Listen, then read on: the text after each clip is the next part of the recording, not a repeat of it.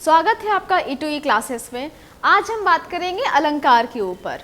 अलंकार क्या है, उसकी परिभाषा क्या होती है और अलंकार के कितने भेद होते हैं, इन सभी की समुचित जानकारी आपको इस वीडियो में मिलेगी। हाँ, ध्यान ये रखना है आपको कि अलंकार को पहचानने के लिए जो लक्षण बताए जाएं, यदि आप उन लक्षणों को याद कर लेते हैं तो आप बिल्कुल सहजता से अलंकार को पहचान भी पाएंगे और अलंकार का प्रयोग अपनी रचनाओं में भी कर सकेंगे। तो आइए देखते हैं कि किस तरीके से विद्वानों ने अलंकार और उसके भेद पर चर्चा की है।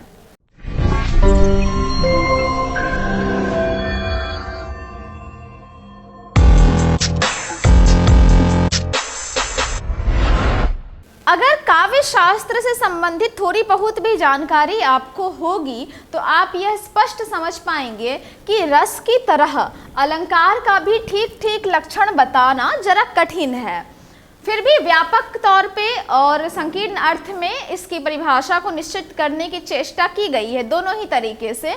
आचार्य वामन के अनुसार जो किसी वस्तु को अलंकृत करे वह अलंकार है। अलंकृति अलंकारः, उन्होंने यहाँ पर री की मात्रा होगी अलंकृति अलंकारः कहकर उन्होंने अपनी बात रखी। जिस प्रकार आभूषण स्वर्ण से बनते हैं अर्थात सोना से बनता है, उसी प्रकार अलंकार भी सुवर्ण अर्थात सुंदर वर्णों से बनते हैं। काव्य शास्त्र के प्रारंभिक काल में अलंकार शब्द का प्रयोग इसी अर्थ में हुआ है। इसके अतिरिक्त प्राचीन काल में इस शब्द का एक और अर्थ लिया जाता था। तो संस्कृत में अलंकार शब्द का व्यवहार साहित्य के शास्त्र पक्ष में हुआ है। जब साहित्य में उसकी बारीकियों पे चर्चा करें तो संस्कृत में अलंकार की वहाँ भूमिका होती थी। पहले अलंकार शास्त्र कहने का मतलब होता था रस, अलंकार, रीति, पिंगल इत्यादि पूरे समस्त काव्य अंगों पर जो चर्चा हो रही है। लेकिन आज के समय में यदि आपने भारतीय काव्य शास्त्र को पढ़ा है तो यहाँ अलंकार का मतलब शब्द और अर्थ से उत्पन्न होने वाले चमत्कार को लिया जाता है। तो हिंदी में संस्कृत के ही अनुसरण पर महाकवि केशव दास ने अलंकार शब्द का प्रयोग अपनी कवि प्रिया में इस व्यापक अर्थ में किया है। तो विद्वानों में अलग अलग तरीके से व्यापकता तो कभी संकीर्णता अलग अलग तरीके से उन्होंने कोशिश की है अपनी अपनी विचारधारा के अनुसार। तो संकीर्ण अर्थ में हम काव्य शरीर अर्थात भाषा को शब्दार्थ से सुसज्जित तथा सुंदर बनाने वाले चमत्कार पूर्ण मनोरंजक ढंग को अलंकार कहते हैं। यानी अभी जो मैंने कहा कि बस शब्द और अर्थ के आधार पर जो चमत्कार उत्पन्न हो रहा है और जिस तरीके से उत्पन्न हो रहा है ये संकीर्ण अर्थ हो गया। तो आज यही प्रचलन में है। काव्य में अलंकार की महत्ता सिद्ध करने वालों में वामन के अतिरिक्त आचार्य भामा, उद्भट, दंडी और रुद्रट के नाम विशेष रूप से प्रख्यात हैं और इन आचार्यों ने काव्य में रस को प्रधानता न देकर अलंकार को मान्यता दी है। तो अलंकार के मुख्य भेद की यदि बात करें तो स्पष्टता आपको यह ज्ञात होना चाहिए कि तीन भेद हैं, तीन वर्ग है, शब्दालंकार, अर्थालंकार और उभयालंकार। तो आज के समय में उभयालंकार का प्रचलन जरा कम है, पहले शब्दालंकार और अर्थालंकार यही दो का प्रचलन सर्वाधिक है। फिर भी पहचानते हैं कि शब्दालंकार कहते किसे हैं। तो शब्द के दो रूप होते हैं, ध्वनि और अर्थ। इन दोनों के मेल से ही जो उत्पन्न होता है वो शब्द कहलाता है। तो ध्वनि के आधार पर शब्दालंकार की सृष्टि हुई है, ध्वनि के आधार पर, ठीक है। यानी वर्ण के आधार पर भी आप मान सकते हैं, जैसे सिंपल कि चंदू के चाचा ने चंदू की चाची को चांदनी की चौक में चांदी की चम्मच से चटनी चटाई। अब ये जो टंग ट्विस्टर जैसा जो कुछ भी है, जब आप बोलते हैं और खेलते हैं बचपन में तो इसमें आनंद बहुत आता है, ये प्रास उत्पन्न करता है। तो ये क्या है, ध्वनि से चमत्कार उत्पन्न कर रहा है। तो शब्दालंकार में ध्वनि की भूमिका होती है। इस अलंकार में वर्ण या शब्दों की लयात्मकता या संगीतात्मकता होती है। एक लय आपको नजर आएगा, एक संगीत का बोध होगा वर्ण और शब्दों के द्वारा। तो इसमें शब्दालंकार को ना शब्द से ही समझा जाता है, उसमें शब्द की भूमिका महत्वपूर्ण होती है, अर्थ का चमत्कार नहीं होता है उसमें, ये ध्यान देने की जरूरत है। यानी अब आपको ये देखना है कि जो कहा गया उसमें अर्थ क्या निकल कर आ रहा है। शब्दालंकार में अर्थ की कोई भूमिका नहीं होती है। शब्दालंकार कुछ वर्णगत होते हैं, कुछ शब्दगत होते हैं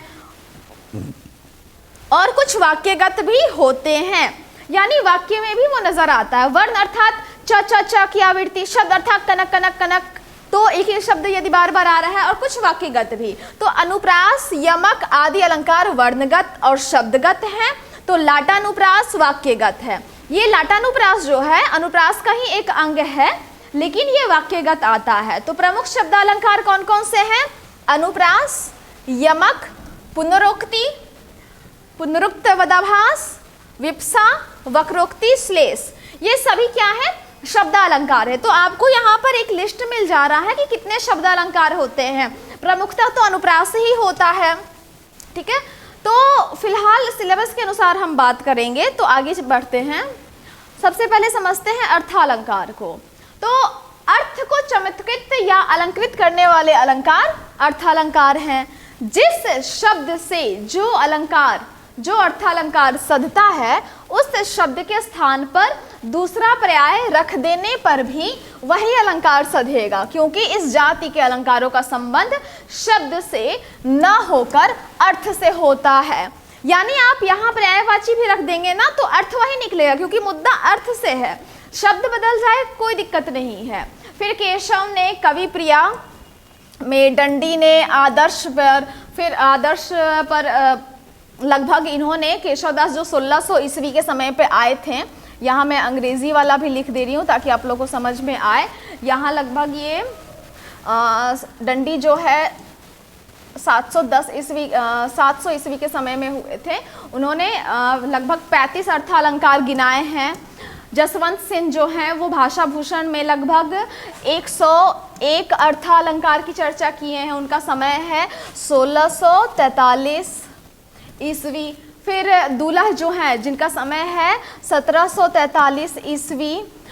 कवि कुल कंठाभरण की किताब है, उसमें उन्होंने चर्चा की है। जयदेव जो कि 13वीं शताब्दी में आए थे चंद्रालोक में, और अप्पय दीक्षित जो कि 17वीं शताब्दी में आए हैं, वो कवि कुलानंद में 115 अर्थालंकारों का विवेचन करते हैं। तो एक तरह से ये एक इतिहास से एक ब्यौरा है कि रीतिकालीन कवियों ने किस तरीके से वर्णन इसको किया है। उदाहरण के तौर पर अर्थात अर्थालंकार की परिभाषा के तौर पे तो यही बात होगी कि अलंकार जो है, अर्थालंकार, वो केवल अर्थ से संबंध रखता है, इसमें शब्द के पर्यायवाची रूप का प्रयोग होता है। अब उभय अलंकार को समझिए। जो अलंकार शब्द और अर्थ दोनों पर आश्रित रहकर दोनों को चमत्कृत करते हैं, वो उभय अलंकार कहलाते हैं। उभय अर्थात दोनों, ठीक है। अब देखिए प्रमुख अलंकारों का परिचय यदि सिलेबस के अनुसार हम बात करते हैं तो यह है यमक अलंकार। यमक का अर्थ होता है युग्म या जोड़ा, जहां शब्दों की आवृत्ति मतलब रिपीटेशन, अर्थात एक शब्द का एक से अधिक बार प्रयुक्त हो और उसका अर्थ क्या है, अलग अलग हो, वहां यमक अलंकार होता है। जैसे पंक्तियां देखिए, 3 बेर खाती थी, 3 बेर खाती है। तो यहाँ 3 बेर खाती थी ना, 3 बेर का मतलब यहाँ से 3 समय से है, 3 दिन या आप समय निर्धारण कीजिए, इससे है। और 3 बेर खाती थी यानी काउंटिंग से ये 3 बेर, जो कि क्या है, फल है, फल खाती है, 3 बेर खाती है, ठीक है। तो एक तरफ ये दिन और समय है, एक तरफ जो है वो क्या है, 3 फल है। तो अब इसका आप स्पष्टीकरण देखिए। यहाँ 3 बेर जो कि पहली बार है, उसका तात्पर्य दिन से है, ठीक है, दिन में 3 बार या 3 समय। और दूसरी बार जो 3 बेर खाती है अर्थात 3 बेर से है, जो कि फल की चर्चा हो रही है। तो यहाँ क्या है, एक ही शब्द है 3 बेर, और इससे 2 अर्थ निकल रहा है, एक से अधिक अर्थ निकल रहा है, शब्द एक ही है, यानी कि ये यमक अलंकार हुआ। अब आता है श्लेष अलंकार। यहाँ श्लेष में देखेंगे और इसमें जो वर्णित है उसे जरा इस पंक्तियों को मैं ठीक कर दे रही हूं। श्रेष्ठ पदों से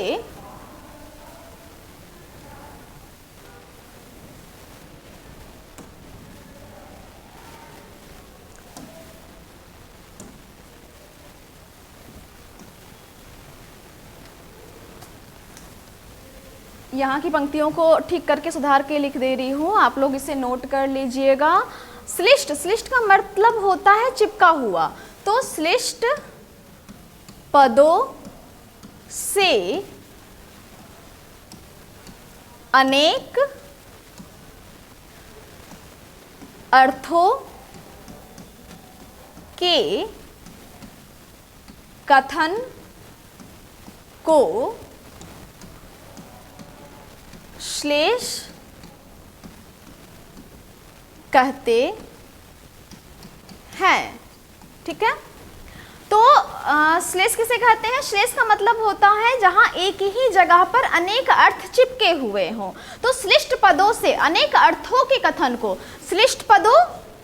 श्लिष्ट पदों का मतलब क्या हो गया? श्लिष्ट पदों का मतलब हुआ जहां एक जगह एक ही अर्थ चिपके हुए हों। तो श्लिष्ट पदों से अनेक अर्थों के एक कथन को क्या कहेंगे? श्लेष कहेंगे। अब इसमें दो बातें आवश्यक हो जाती हैं। यह पंक्ति जो है ये मिसप्रिंट है, यहाँ सीधे आइए, इसमें दो बातें आवश्यक है। पहला तो ये कि एक शब्द के एक से अधिक अर्थ हो, और दूसरा है कि ये लाइन आपके लिए काम की है। तो हाँ, दूसरा ये है कि एक से अधिक अर्थ प्रकरण में अपेक्षित हो। यानी कि दो बातें जो आवश्यक है वो ये है कि एक शब्द में एक से अधिक अर्थ चिपके हुए हो और उसका यूज अलग अलग प्रकरण अलग अलग तरीके पे हो रहा हो। उदाहरण के तौर पे देखिए, माया महा ठगिनी हम जानी, त्रिगुण फांस लिए कर डोले बोले मधुरी बानी। ये कबीरदास की पंक्तियां हैं। और यहाँ देखिए, माया महाठगनी हम जाने, यह कह रहे हैं कि माया जो है वो महाठग है, महाठग है, वो लोगों को ठगती रहती है, ये हम जानते हैं। त्रिगुण फांस लिए कर डोले बोले मधुरी बानी, यानी सुंदर सुंदर बोलियों में वो हमें फंसाते रहती है और हम फंस जाते हैं एक मनुष्य होने के नाते। तो अब इसका देखिए, यहाँ त्रिगुण शब्द में शब्द श्लेष की योजना हुई है। इसका दो अर्थ निकल कर आ रहा है। एक तो तीन गुण का मतलब हुआ सत्व गुण, रजोगुण और तमोगुण से लिया जाता है। दूसरा अर्थ हो जाता है तीन धागों वाली रस्सी, जो कि हमारे हृदय में भी होती है या हमारे शरीर में होती है। नाड़ी भी तीन होती है, पिंगला, ईड़ा और सुषुम्ना। तो इस तरह से तीन धागों वाली रस्सी से लिया गया है। वे दोनों अर्थ प्रकरण के अनुसार ठीक बैठते हैं क्योंकि इनकी अर्थ संगति माया महाठगनी में बैठाई गई है। यानी कि ये जो तीन सत्वगुण, रजोगुण और तमोगुण है, इसी से बंधा हुआ होता है मनुष्य और इसी गुण के आधार पे वो कार्य करता है। और फिर नारियां जो होती है हमारी तीन, ईरा, पिंगला और सुषुम्ना, उसकी वजह से भी हमारी जो आध्यात्मिकता है या हमारे शरीर की संपूर्ण गतिविधि है वो चलती है। तो माया जो है वो महाठगती है। किस तरीके से ठगती है? इन तीन गुणों के आधार पर या नाड़ियों के आधार पर, जिसे हम तीन धागे वाली रस्सी कहते हैं। अब दूसरा उदाहरण देखिए, चीर जीवो जोरी जुरे क्यों न स्नेह गंभीर, को घटी ये वृषभानुजा वे हलदर के वीर। अत्यंत प्रसिद्ध पंक्तियां हैं। इसे नोट करने के पश्चात आप इसका अर्थ देखिए।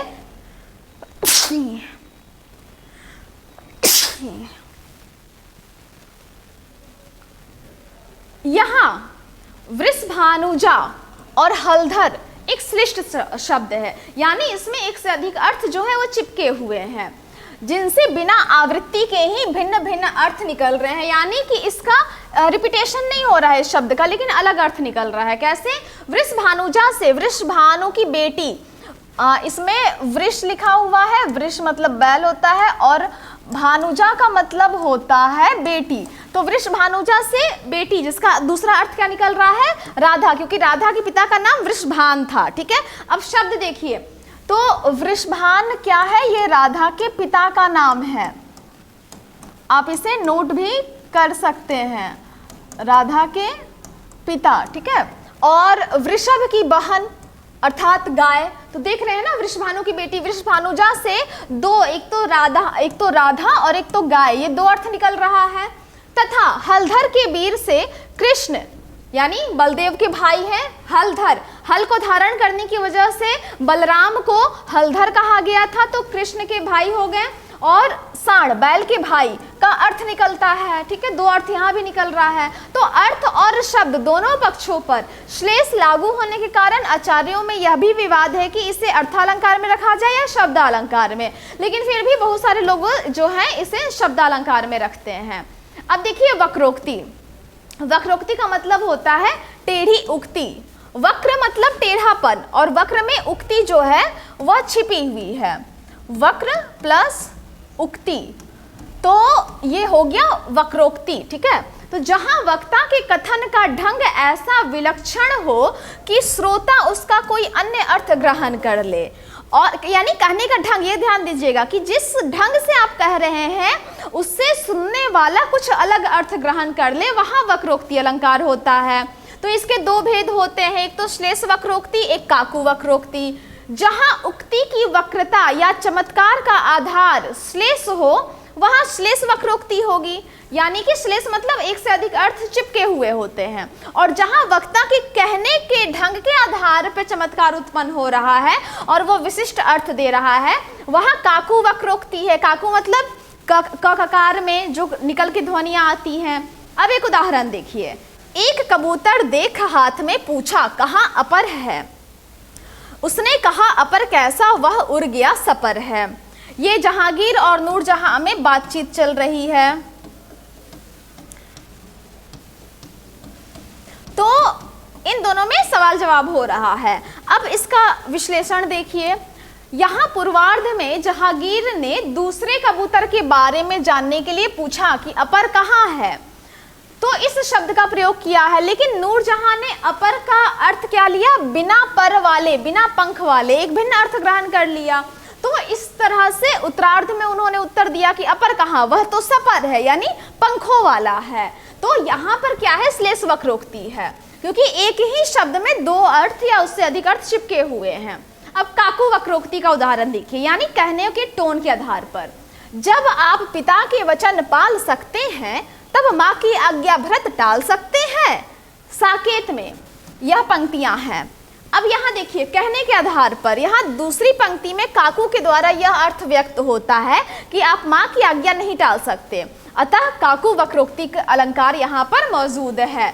जब आप पिता के वचन पाल सकते हैं तब माँ की आज्ञा भरत टाल सकते हैं। ये कहने की शैली पर निर्भर कर रहा है।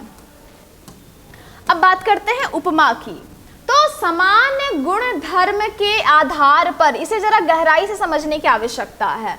समान गुण धर्म के आधार पर जब किसी वस्तु की तुलना किसी दूसरी वस्तु से की जाए वहां उपमा अलंकार होता है। उपमा को अच्छे तरीके से जरा समझिए कि जहां समान गुण धर्म की बात हो और वस्तुओं में तुलना हो, एक वस्तु की तुलना दूसरे वस्तु से की जाए, वहां उपमा अलंकार होता है। जैसे हरिपद कोमल कमल से, यानी हरिपद यानी हरि के चरण कैसे हैं, कोमल है, किसके समान, कमल के पत्तों के समान है। तुलना हो रही है ना एक वस्तु की दूसरे वस्तु से। तो उपमा के 4 अंग होते हैं। इन 4 अंगों को यदि आपने याद कर लिया तो ये आसान हो जाएगा। तो 4 अंग बहुत महत्वपूर्ण है। पहला है उपमेय, किसे कहते हैं, जो प्रस्तुत हो, जिसकी उपमा दी जाए उसे उपमेय कहते हैं। एकदम कंठस्थ कर लेने पर ही आपको आगे अर्थालंकार में बाकी चीजें समझने में सुविधा होगी। उपमा जो है ये अर्थालंकार है, अर्थ के आधार पर काम चल रहा है। उपमेय अर्थात जो प्रस्तुत हो, जिसकी उपमा दी जाए, जिसकी उपमा दी जाएगी। जैसे हरिपद कोमल कमल से, तो हरि क्या है, प्रस्तुत है। हरि के पैर कैसे हैं, कमल के पत्तों के समान कोमल है। तो जो प्रस्तुत है वो उपमेय। दूसरा उपमान, अप्रस्तुत यानी जिससे उपमा दी जाए वह उपमान है। इसका प्रयोग तब वैसे किया जाता है जैसे आपके सामने कोई एक चीज है और आपको उसके समकक्ष कुछ दूसरा बतलाने की आवश्यकता होती है, जैसे कि वह कैसी है, तो चंद्रमा की चांदनी जैसी है। तो चंद्रमा की चांदनी क्या है, अप्रस्तुत है, जिससे उपमा दी जा रही है। उदाहरण में आप अभी और समझ पाएंगे।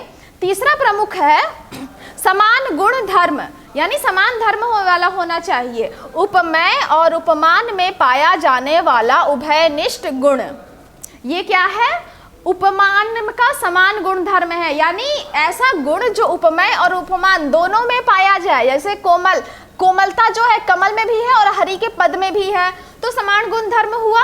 फिर आता है सादृश्यवाचक शब्द, यानी उपमेय व उपमान की समता बताने वाला शब्द। जैसे सा, ऐसा, तैसा, ज्यों, सदृश्य, समान, ठीक है ना। ये जो है कमल से, अब जैसे से यहाँ आया ना, तो ये सादृश्यवाचक शब्द होगा। तो ये 4 अंग आपके लिए अति महत्वपूर्ण है। अब उदाहरण देखिए, नवल सुंदर श्याम शरीर की सजल नीरद सी कल कांति थी। इस उदाहरण में विश्लेषण इस प्रकार किया गया है। अब जैसे नवल सुंदर श्याम शरीर की, इसमें क्या है, कांति जो है वह उपमेय है, यानी जिसकी उपमा दी जाए। श्याम सुंदर की सुंदरता किससे कैसी है, कांति, यानी कांति की बात हो रही है। नीरद क्या है, नीरद मतलब नीरद सी, बादल है, तो यहाँ उपमान क्या है जिसकी उपमा की जाए? श्याम कैसे हैं? बादल के समान सलोने हैं। और सी क्या है? समानतावाचक शब्द है। कल क्या है? समान धर्म है। ठीक है, तो आप यहाँ इससे भी समझ सकते हैं, जब यहाँ पर पंक्तियां कही गई, हरि पद कोमल कमल से, इस उदाहरण से भी आप समझ सकते हैं। तो यहाँ पर उपमेय क्या है? अगर इस पंक्ति का उपमेय लिया जाए तो इस जो प्रस्तुत है यहाँ उपमेय क्या है? हरि के पद हो गए, यानी हरि के पैर हो गए। उसके बाद उपमान क्या है? जिससे उपमा दी जाए। तो उपमान का मतलब यहाँ पर हो गया कमल के पत्ते या कमल की पंखुड़ी, कमल की पंखुड़ी ही लीजिए, कमल की पंखुड़ी, जिससे उपमा दी जाए। समान गुण धर्म क्या है? तो समान गुण धर्म में समान गुण धर्म में आ गया कोमल, कोमल शब्द। और ये चौथा है सादृश्यवाचक शब्द, यानी जो दोनों के बीच एक कड़ी जोड़े, सादृश्य वाचक शब्द, वो हो गया से। ठीक है, तो आप इस तरह से समझ सकते हैं कि किस तरीके से ये चीजें बदल रही हैं। हरि पद कोमल कमल से, यहाँ की जो पंक्ति है इससे भी समझ लीजिए उपमेय क्या है? हरि पद हो गए, उपमान क्या है? कमल हो गया, कमल की पंखुड़ी, समान गुण धर्म कोमलता है, और सादृश्य जो है वाचक शब्द है। तो इस तरह से उपमान का जो पता लगाया जाता है। अब उपमा अलंकार कितने प्रकार के होते हैं? पूर्ण उपमा और लुपोत्मा। यानी पूर्ण उपमा जहाँ पर ये चार जो गुण है ये अगर जिस जगह रहे चारों के चारों, वो पूर्ण उपमा हो गए। और लुपोत्मा यानी कि इन दोनों में से कोई भी एक दो गायब हो जाए, तीन गायब हो जाए, वो लुपोत्मा हो जाता है। तो फिर आगे बढ़ते हैं और पूर्ण उपमा देखिए। तो पूर्ण उपमा क्या है? जहां उपमा के चारों अंग मौजूद हो वो पूर्ण उपमा होती है। जैसे मुख चंद्र सा सुंदर है, तो मुख जो है वो किसके जैसा सुंदर है? चंद्र के जैसा है। तो मुख क्या है? उपमेय हो गया। अब यहाँ पर आपको क्या है? उपमेय क्या होता है ये याद रखना आवश्यक है। तो उपमेय की परिभाषा याद कर लेंगे तो स्पष्ट पता चलेगा। चंद्र क्या है? उपमान है, जिससे तुलना की जाए वो उपमान हो गया। समान गुणधर्म क्या है? सुंदरता, यानी उसका मुख कैसा है? चंद्रमा के समान सुंदर है। और सादृश्यवाचक शब्द क्या है? सा है। ठीक है, तो इस तरह से यहाँ पूर्ण उपमा है। ये चारों गुण उपमा के मौजूद हैं। लुपोत्मा यानी लुप्त हो जा रही है, तो जिसमें उपमा के एक दो तीन अंग जो है वो लुप्त हो जाए, यानी गायब हो जाए, तो लुपोत्मा होगी। जैसे घर ताजमहल सा है, तो इसमें समान गुण धर्म जो है सुंदरता का लोप होने से लुपोत्मा है। समान गुण धर्म क्या है? ताजमहल जितना सुंदर है क्या घर उतना सुंदर होता है? नहीं। तो यहाँ पर सादृश्यता है, सब कुछ है, लेकिन वैसी सुंदरता यूज नहीं हो पा रही, इसलिए यहाँ पर लुपोत्मा है, यानी एक अंग जो है उपमा का वो लुप्त हो जा रहा है। अब बात करते हैं रूपक की। तो रूपक जो है ये भी अर्थालंकार है, ये ध्यान दीजिएगा, ये भी अर्थालंकार है। यदि पूछ दे ऑब्जेक्टिव में कि क्या है, तो उपमा ये रूपक ये अर्थालंकार हो गए। तो रूपक उपमेय और उपमान का आरोप या उपमान और उपमेय का अभेद ही रूपक है। इसके लिए तीन बातों का होना आवश्यक है। उपमेय को उपमान का रूप देना, यानी उपमेय को जिसकी तुलना की जा रही है उसको जिससे तुलना की जाए वो उपमान का रूप दे दिया जाए। अब समझने में दिक्कत होगी, क्योंकि जब तक आप उन चार पद के नाम और उसकी परिभाषा याद नहीं करेंगे दिक्कत होगी। लेकिन रूपक पकड़ना भी बहुत आसान है। एक तो उसमें वाचक पद का लोप हो जाता है, फिर उपमेय का भी साथ साथ वर्णन होता है। उदाहरण देखिए, बीती विभावरी जागरी, अंबर पनघट में डुबो रही, तारा घट उषा नागरी। तो यहाँ अंबर मतलब आसमान, तारा और उषा ये क्या है? उपमेय है।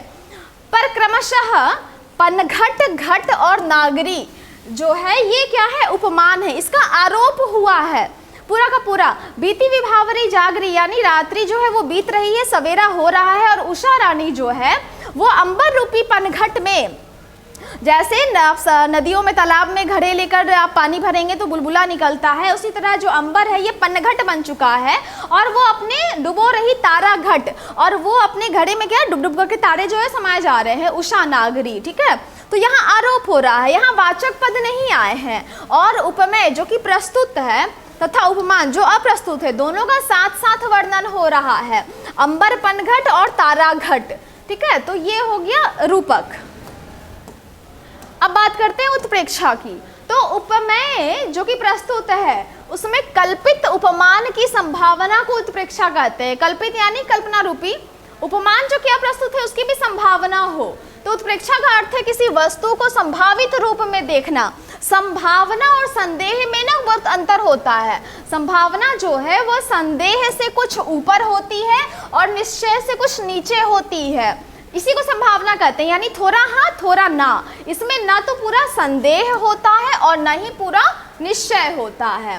तो तात्पर्य यह है कि उपमेय में उपमान को प्रबल रूप में कल्पना की आंखों से देखने की प्रक्रिया को उत्प्रेक्षा कहते हैं।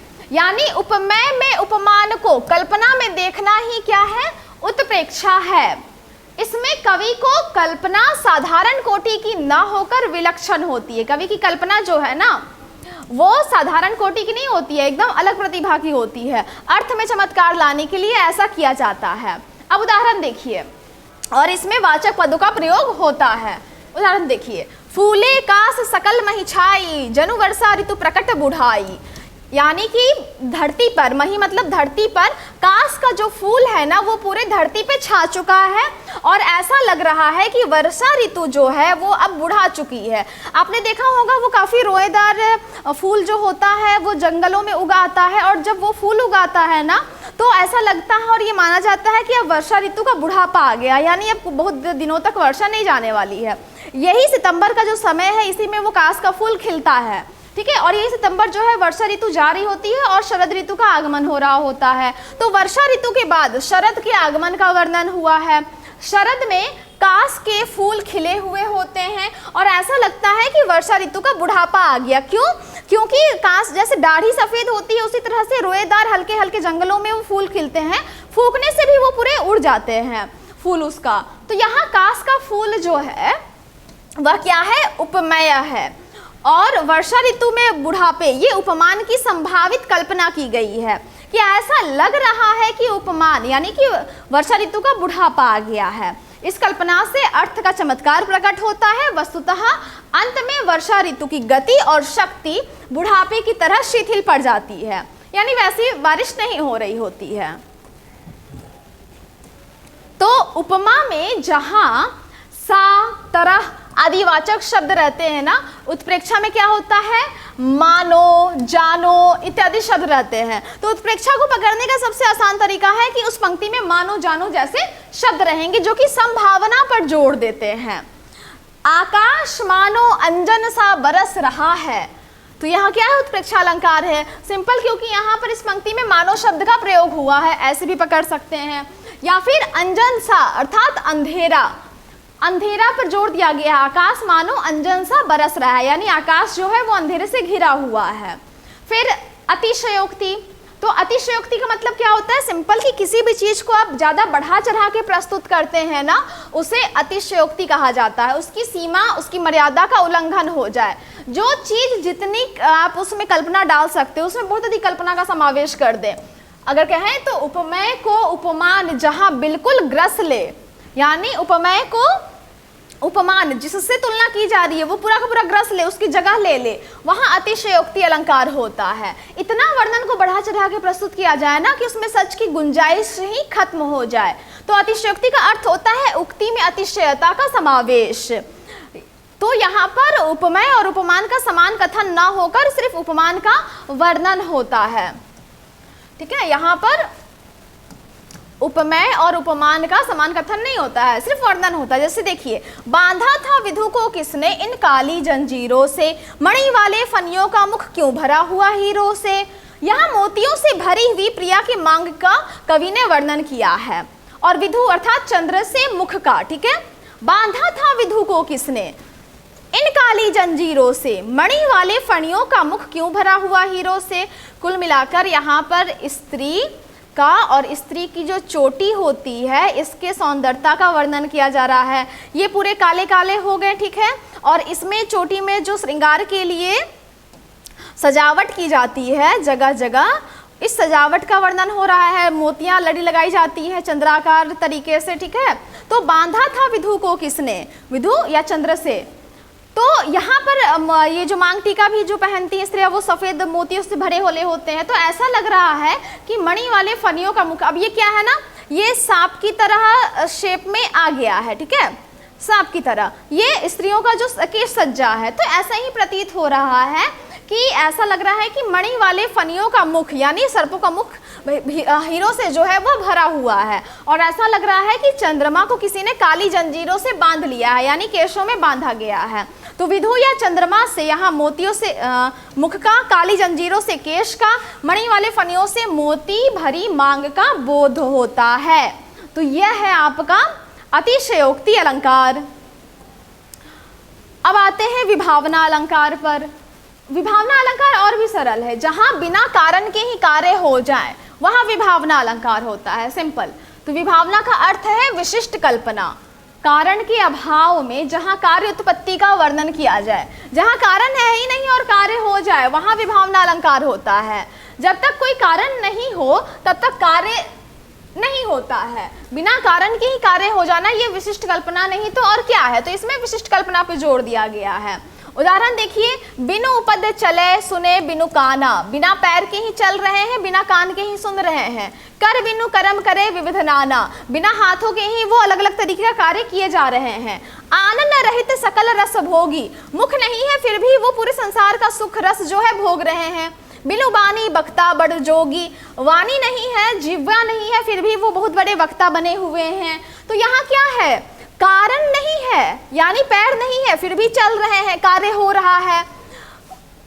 सुने बिनु काना, कान नहीं है फिर भी सुनाई दे रहा है। तो स्पष्टीकरण में देखिए, यहाँ पैर जो है कारण के अभाव में चलना, चलना क्या है, कार्य है। हाथ क्या है, कारण हो गया, उसके अभाव में कार्य हो रहे हैं। मुख क्या है, कारण है, इसके अभाव में रस भोग हो रहा है, आदि वर्णन किए गए हैं। अर्थात यहाँ विभावना अलंकार है।